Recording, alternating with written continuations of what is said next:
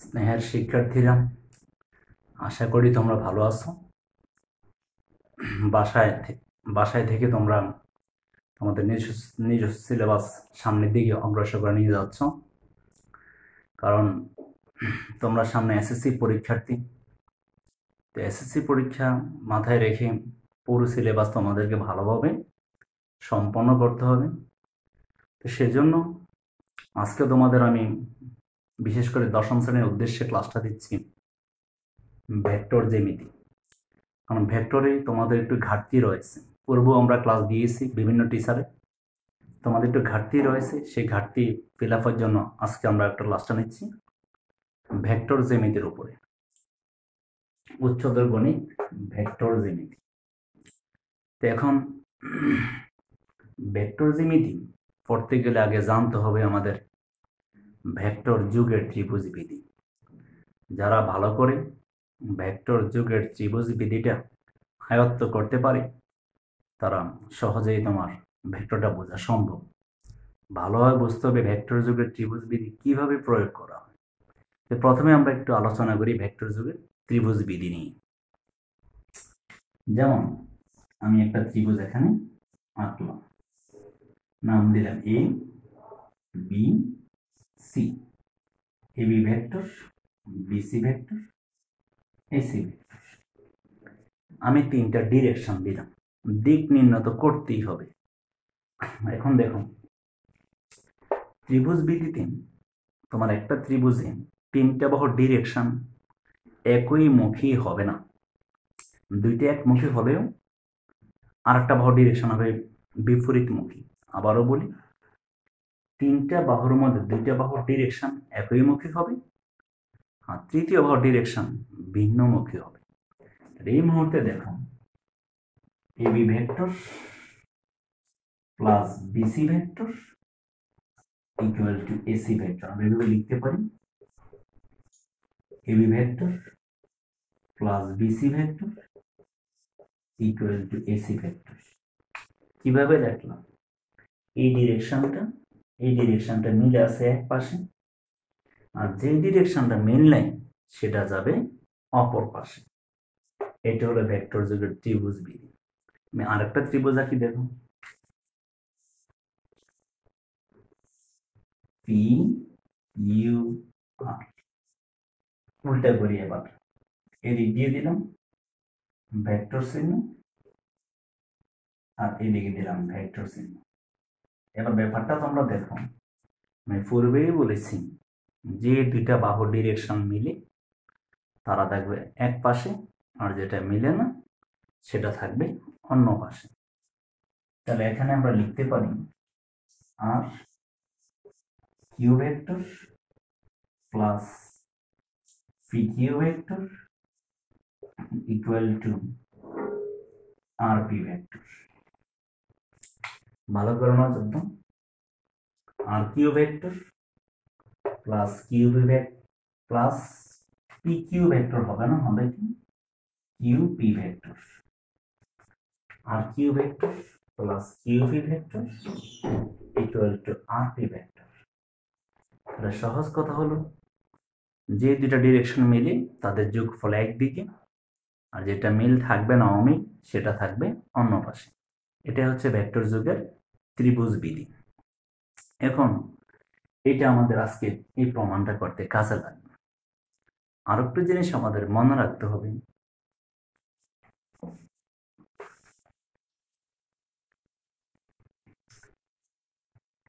আর একটা জিনিস হলো তোমরা বিশেষ করে এবি ভেক্টর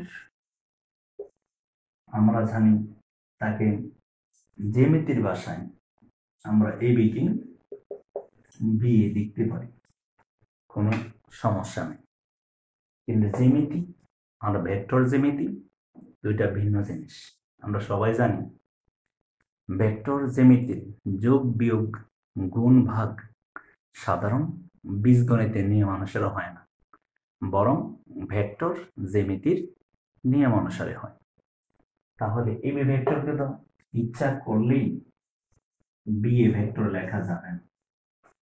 লেখা যাবে, কিভাবে লেখা যাবে? যদি আমরা এখানে মাইনাস চিহ্ন দিই, কারণ কেন মাইনাস চিহ্ন হলো, ভেক্টর মানে কি একটা দিক লাগে। তোমরা পড়ছিলে ফিজিক্সে যে রাশি নির্ণয়ের জন্য মান ও দিক উভয়ের প্রয়োজন হয় তাকে বলে ভেক্টর রাশি। মান দিক তো অবশ্যই, দিকের কারণে উল্টে লিখতে গেলে আমরা একটা মাইনাস চিহ্ন ব্যবহার করতে হবে।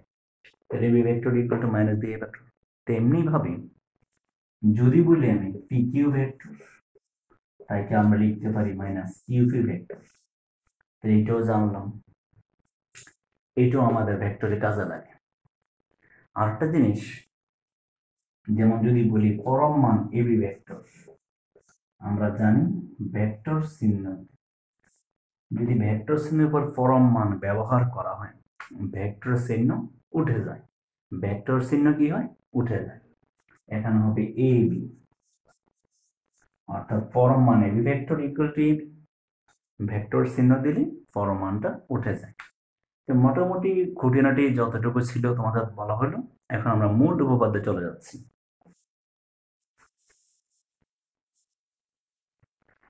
দেখো আমাদের আজকে মূল প্রশ্ন দেখো, ভেক্টরের সাহায্যে প্রমাণ করা যায় কোন চতুর্ভুজের সন্নিহিত বাহুগুলোর মধ্যবিন্দুর সংযোজক রেখাসমূহ একটি সামান্তরিক উৎপন্ন করে। কি উৎপন্ন করে? সামান্তরিক। আগে তো আমাদেরকে জানতে হবে কাকে বলে সামান্তরিক, কারণ সামান্তরিক না জানলে বুঝবো কিভাবে হয়েছে না হয়েছে। যে চতুর্ভুজের এক জোড়া বিপরীত বাহু সমান ও সমান্তরাল, এক জোড়া, দেখো কি বলছিলাম, যে চতুর্ভুজের বিপরীত বাহুদ্বয় সমান ও সমান্তরাল কিন্তু একটি কোনো সমকোণ নয়, তাকে বলে সামান্তরিক। ঠিক আছে, কিন্তু আমরা সহজে কিভাবে মনে রাখতে পারি, যদি কোনো চতুর্ভুজের বিপরীত বাহুদ্বয় সমান ও সমান্তরাল হয় নিশ্চিত অপর বাহুদ্বয় সমান ও সমান্তরাল হবে। যদি আমরা অপর বাহুদ্বয় সমান ও সমান্তরাল মানে দেখাতে পারি তাহলে কিন্তু সামান্তরিক প্রমাণটা হয়ে যাবে। তাহলে এখন প্রথমত আমরা একটা চতুর্ভুজ আঁকি। দেখো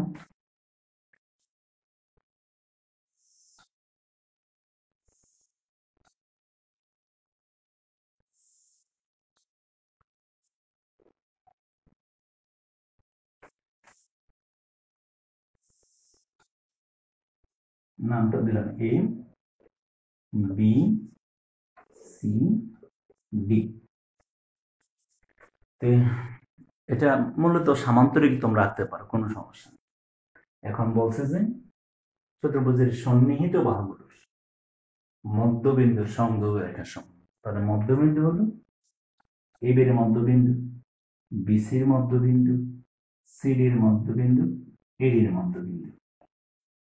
এটা হলো পি, এটা হলো কিউ, এটা হলো আর, এটা হলো এস। আবারও বলি, এই যে বলছে সন্নিহিত বাহুগুলোর মধ্যবিন্দুর সংযোগ রেখা সমান। সংযোজক মানে কি, আমরা মধ্যবিন্দুগুলো যোগ করব। কোন মধ্যবিন্দু যোগ করব? সন্নিহিত বাহু। সন্নিহিত বোঝো? সন্নিহিত জিনিসটা হলো একটাই শীর্ষবিন্দু, এদিকে একটা বাহু, এদিকে একটা বাহু, অর্থাৎ এই দুইটা বাহু হলো সন্নিহিত বাহু। অর্থাৎ একটা বিন্দু থেকে দুইটা বাহু দুই থেকে কমন, ওই বাহুদ্বয় হলো পরস্পর সন্নিহিত বাহু। এখন আমরা এটার সাথে এটা যোগ করি, এটার সাথে এটা যোগ করি, এটার সাথে এটা যোগ করি, এটার সাথে এটা যোগ করি, অর্থাৎ সন্নিহিত বাহুগুলি আমরা যোগ করে ফেললাম। এখন দেখো এ কমা সি আমরা এইটুকু যোগ করি, তাহলে AB vector, BC vector, CD vector, DA vector. কিভাবে দিলাম? AB vector, BC vector, CD vector, DA vector. এখন একটা জিনিস লক্ষণীয়, দেখুন এটাকে P Q vector, Q R vector, R S vector, SP vector. একটা জিনিস লক্ষণীয়, এখানে একটা রেখার মধ্যে আমরা উভয়মুখী দুইটা তীর চিহ্ন দিলাম। কেন দিলাম? অন্যথায় ভেক্টর যুগের ত্রিভুজ বিধি প্রয়োগ করতে আমাদের সমস্যা হবে। আবারও বলি, এখানে তোমাদের মেন বই দেখবা একটা তীর চিহ্ন দেওয়া, কিন্তু একটা তীর চিহ্ন দিয়ে ভেক্টর যুগের ত্রিভুজ বিধি সঠিকভাবে প্রয়োগ করা যায় না। আর সঠিকভাবে প্রয়োগ করার জন্যই আমরা এখানে দুইটা তীর চিহ্ন দিলাম, এই ভেক্টর যুগের ত্রিভুজ বিধি আমরা প্রয়োগ করতে পারি। এই হলো মূল চিত্রটা। এবার আমরা চিত্রের নিচে কিছু লেখা আছে, বিশেষ নির্বাচন মনে করো। চিত্রের নিচে দেব, মনে করি এ বি সি ডি চতুর্ভুজের বাহুগুলোর মধ্যবিন্দু পি কিউ আর এস। ঠিক আছে, তো এখন তো আমরা যোগ করতে হবে। যোগটা কিভাবে হবে? কিউ কিউ কিউ আর আর ও এস এবং এস ও পি যোগ করে পিউ কিউ কিউ আর ও এস এস ও পি এবং এ ও সি যোগ করে এ ও সি যোগ করে শেষ। তাহলে কি প্রমাণ করতে হবে? প্রমাণ করতে হবে যে পি কিউ আর এস একটি সামান্তরিক। আবারও বলি, সামান্তরিক প্রমাণটা তখনই হবে যদি আমরা দেখাতে পারি বিপরীত বাহুদ্বয় সমান ও সমান্তরাল। এমনটা প্রমাণ করতে পারলে আমরা সামান্তরিক বলতে পারব। এখন চলে যাচ্ছি প্রমাণে।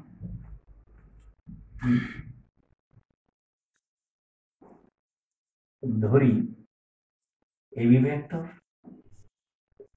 Equal to A vector, BC vector equal to B vector, CD vector equal to C vector এবং D vector equal to small d vector. আমরা কিভাবে ধরলাম দেখো, এবি ভেক্টর সমান এ ভেক্টর, বিসি ভেক্টর সমান small b vector, CD vector সমান small c vector এবং D vector সমান স্মল ডি ভেক্টর আমরা ধরলাম প্রমাণের সুবিধার জন্য। ভেক্টর যোগের ত্রিভুজ বিধি অনুসারে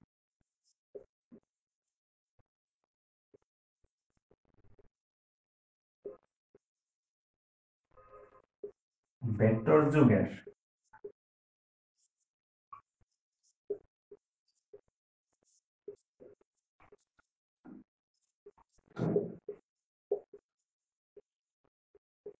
ভেক্টর যোগের ত্রিভুজ বিধি অনুসারে ত্রিভুজ পি বি কিউ হতে পারে।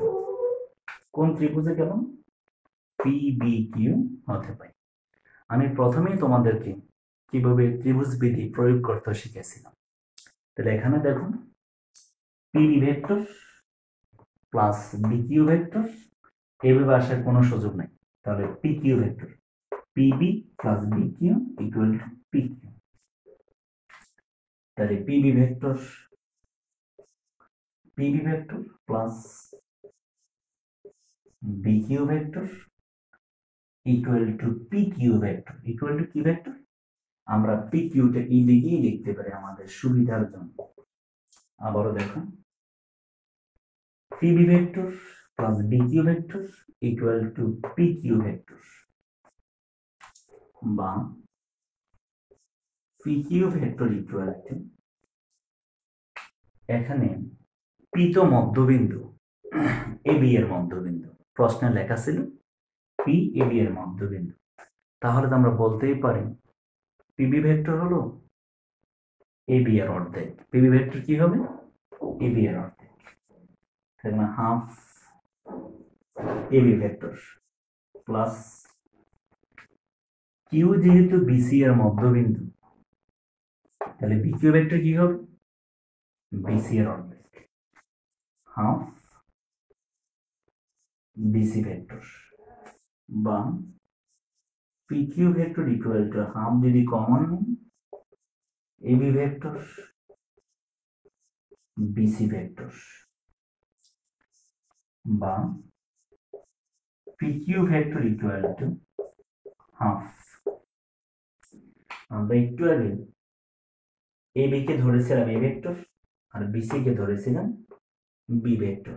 যদি এখানে বসাই দিই দাঁড়াচ্ছে A vector plus B vector. তাহলে একটু লক্ষ্য করো, আমরা পি কিউ ভেক্টর পাইলাম half A vector plus B vector, মানে এটা ছিল এ ভেক্টর, এটা ছিল বি ভেক্টর, আমরা পাইলাম কি A vector plus B vector দুটো যোগ করে 2 দিয়ে ভাগ। আরেকবার ক্লিয়ার করি, পি কিউ ভেক্টর আমরা কি পাইলাম, এটাতে এ ভেক্টর ছিল, এটা বি ভেক্টর ছিল, দুটি ভেক্টর যোগ করে 2 দ্বারা ভাগ। এরকম তো আমাদের আরো 3টা বাহু আছে, যেমন Q R vector, R S vector, S P vector. তো বারবার আমরা ত্রিভুজ বিধি প্রয়োগ না করে অনুরূপভাবে আমরা লিখে দিলে হয়ে যাবে বাকি 3টা। তাহলে দেখো অনুরূপভাবে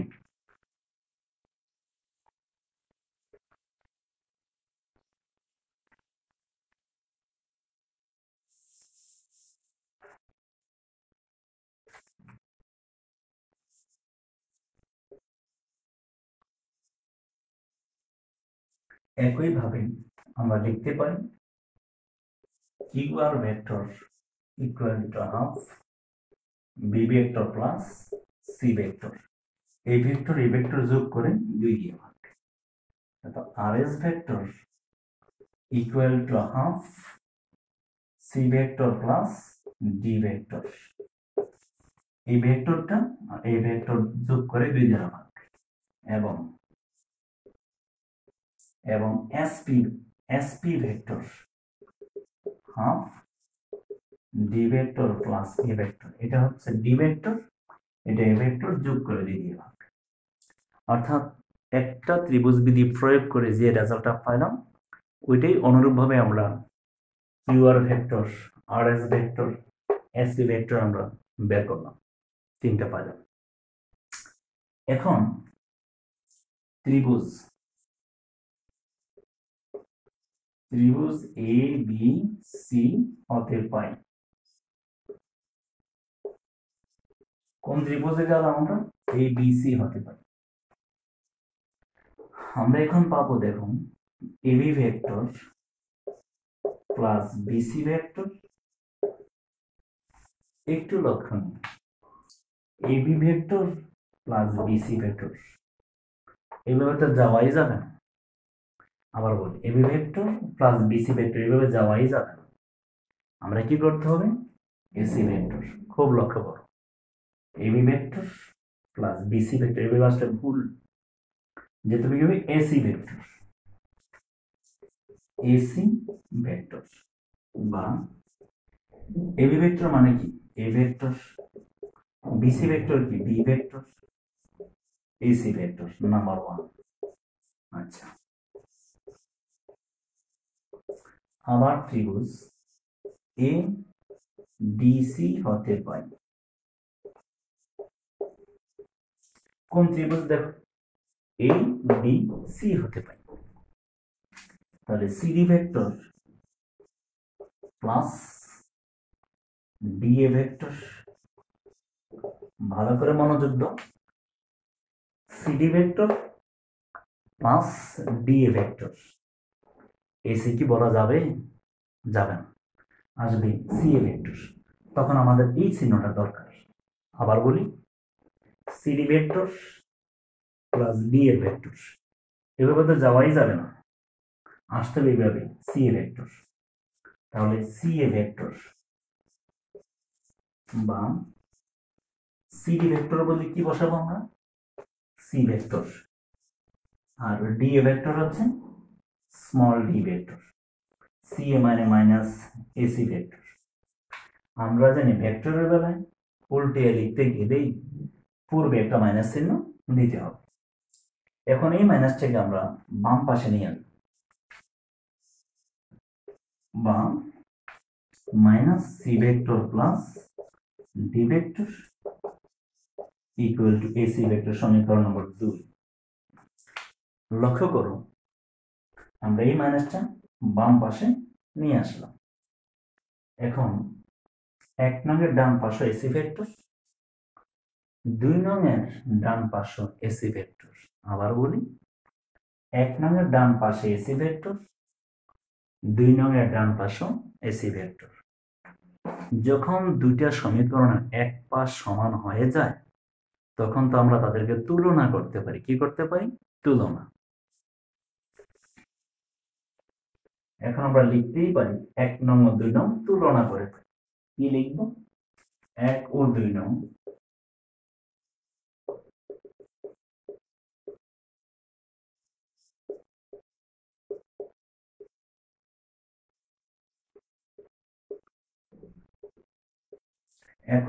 তুলনা করে পাই। এইটা এসি ভেক্টর, এইটা এসি ভেক্টর। তাহলে আমরা লিখতে পারি বাম সাইড সমান বাম সাইড। আসবে A vector plus B vector equal to minus C vector plus D vector. তাহলে A vector plus B vector equal to minus C vector plus D vector. এটুক হয়ে গেল। এখন আমাদের এই নিচের অংশ কমপ্লিট করে দিলাম।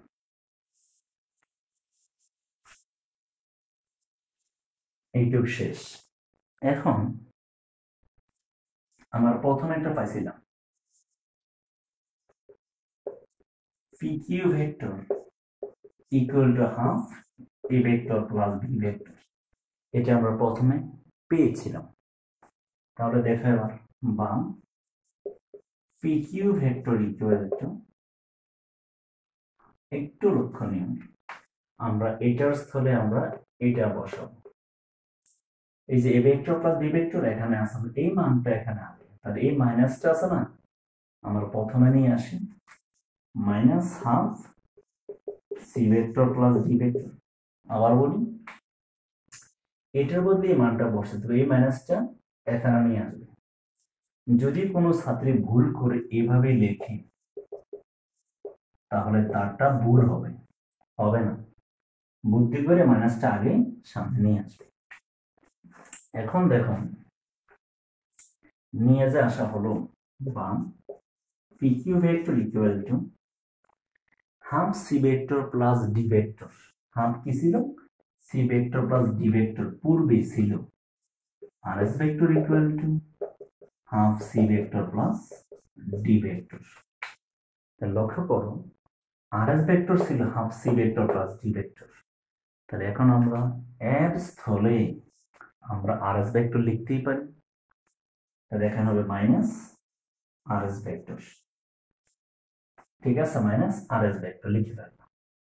কিন্তু আমি তো প্রথমেই তোমাদেরকে বলেছিলাম এবি ভেক্টরকে উল্টে লিখি, আমরা লিখবো মাইনাস বি ভেক্টর। তাহলে এই মুহূর্তে মাইনাস RS ভেক্টর স্থানে আমরা কি লিখতে পারি? SR vector. তাহলে PQ vector equal two SR vector. দুইটা সমান হয়ে গেল। এখন দেখুন আমাদের কি আসলো আসলে, PQ ভেক্টর ইকুয়াল টু কি আসছে? SR vector. PQ vector equal to কি আসছে? SR vector. দুইটা বাহু সমান। আসলে তুমি যে কোনো একটা চতুর্ভুজ খেয়াল করে দেখো, যদি চতুর্ভুজটার বিপরীত বাহুদ্বয় সমান হয়ে যায় নিশ্চিত তারা সমান্তরাল। সেটা হতে পারে বর্গক্ষেত্র, হতে পারে রম্বস, হতে পারে সামান্তরিক। যদি বিপরীত বাহুদ্বয় সমান হয় অবশ্যই সমান্তরাল। তার মানে এখন তো আমরা লিখতেই পারি PQ এবং SR সমান ও সমান্তরাল।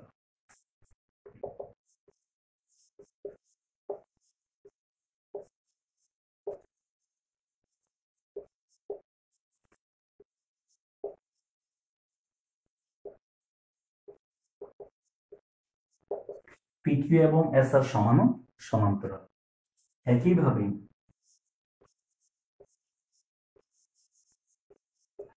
একইভাবে বলা যায় যদি PQ এবং SR সমান ও সমান্তরাল হয়ে থাকে অপর দুই বাহু অবশ্যই সমান ও সমান্তরাল।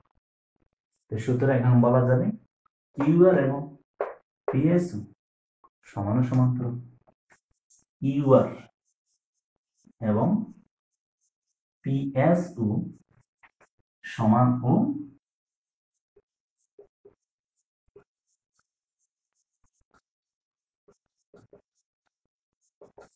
সমান্তরাল। তাহলে কি হলো, কিউ আর এবং পিএস ও সমান ও সমান্তরাল। তাহলে আমাদের সংজ্ঞাটাতে কি ছিল, যে চতুর্ভুজের বিপরীত বাহুদ্বয় সমান ও সমান্তরাল, কিন্তু একটি কোনো সমকোণ নয়। এখন তো সমকোণ হবেই না, তাহলে এই মুহূর্তে তো আমরা সামান্তরিক বলতেই পারি, কারণ সমান ও সমান্তরাল দেখাইতে পারবো। সুতরাং পি কিউ আর এস একটি সামান্তরিক, পি কিউ আর এস একটি সামান্তরিক প্রমাণিত।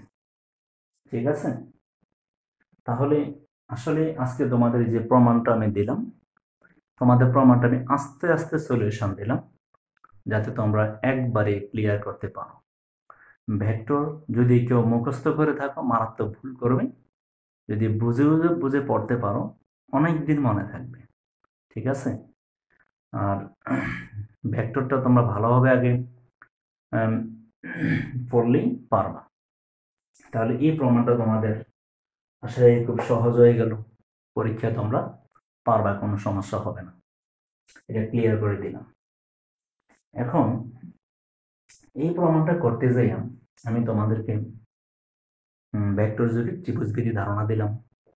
এবি ভেক্টর কিভাবে উল্টে লিখলে মাইনাস বি এ ভেক্টর হয়, আবার পরম মান AB vector equal to AB পরম মান দিলে উঠে যায়। আর একটা জিনিস বাকি রয়েছে তোমাদের, অবস্থান ভেক্টর। বিভিন্ন ভেক্টরের প্রমাণ করতে গেলে অবস্থান ভেক্টরের প্রয়োজন হয়। তো এখন একটু তোমাদেরকে আমি অবস্থান ভেক্টর ধারণা দিয়ে দিচ্ছি।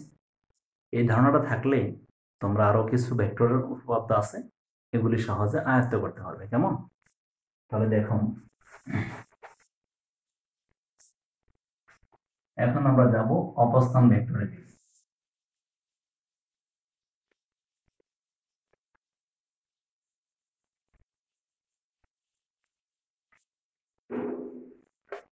অবস্থান ভেক্টর,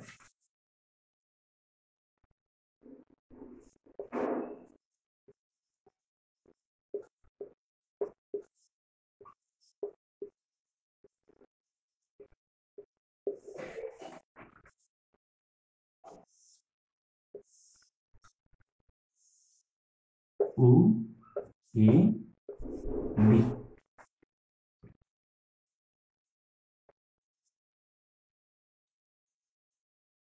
এটা হলো এ ভেক্টর, এটা হলো বি ভেক্টর। এখন দেখো, প্রায় উপপাদ্য ভেক্টরে তোমরা পড়তে যায় দেখবে লেখা আছে, মনে করি যে কোনো ভেক্টর মূল বিন্দুর সাপেক্ষে এ বিন্দুর অবস্থান ভেক্টর ধরা হয় ছোট হাতের এ ভেক্টর, আর বি বিন্দুর অবস্থান ভেক্টর ধরা হয় ছোট হাতের বি ভেক্টর। আমরা জানি বিন্দু থাকে বড় হাতের আর অবস্থান ভেক্টর থাকে ছোট হাতের। বিন্দু থাকে বড় হাতের আর অবস্থান ভেক্টর থাকে ছোট হাতের। তাহলে এই যে ভেক্টর মূল বিন্দু এ, ভেক্টর এ বিন্দু মূল বিন্দু ও এর সাপেক্ষে এ বিন্দুর অবস্থান ভেক্টর এ ভেক্টর, আর বি বিন্দুর মূল বিন্দু ও এর সাপেক্ষে বি বিন্দুর অবস্থান ভেক্টর বি ভেক্টর আমরা ধরলাম। যদি এখানেও আমরা ভেক্টর যুগের ত্রিভুজ বিধি প্রয়োগ করি, তাহলে কি আসবে? দেখো, আসবে O A vector plus A B vector equal to O B vector. O A vector plus A B vector equal to O B vector, বা O B vector equal to O B vector minus O A vector. O A vector বা A B vector, O B কে কত ধরেছিলাম আমরা? B vector. O এ কে কত ধরেছিলাম আমরা? A vector. তাহলে A B vector equal to হলো B vector minus A vector. আসলে এই অংশটা বিভিন্ন ভেক্টরের প্রমাণে বিনা প্রমাণে ব্যবহার করতে সরাসরি, তখন অনেকে হিমশিম খায় কি ব্যবহার। মনে একটা সহজ কৌশল দেখো, মানে এবি ভেক্টরের মধ্যে পরেরটা ভেক্টর আগে হবে অবস্থান ভেক্টর, আগেরটা ভেক্টর পরে হবে। এটা হলো সরাসরি প্রমাণের জন্য। তেমনি ভাবে দেখো, যদি বলি আমি পি কিউ ভেক্টর, তাহলে কি লিখতে পারি? Q vector minus P vector, পরেরটা আগে আগেরটা পরে। যদি বলি আমি আর এস ভেক্টর, তাহলে কি হবে এস ভেক্টর মাইনাস স্মল আর ভেক্টর, পরেরটা আগে আগেরটা পরে।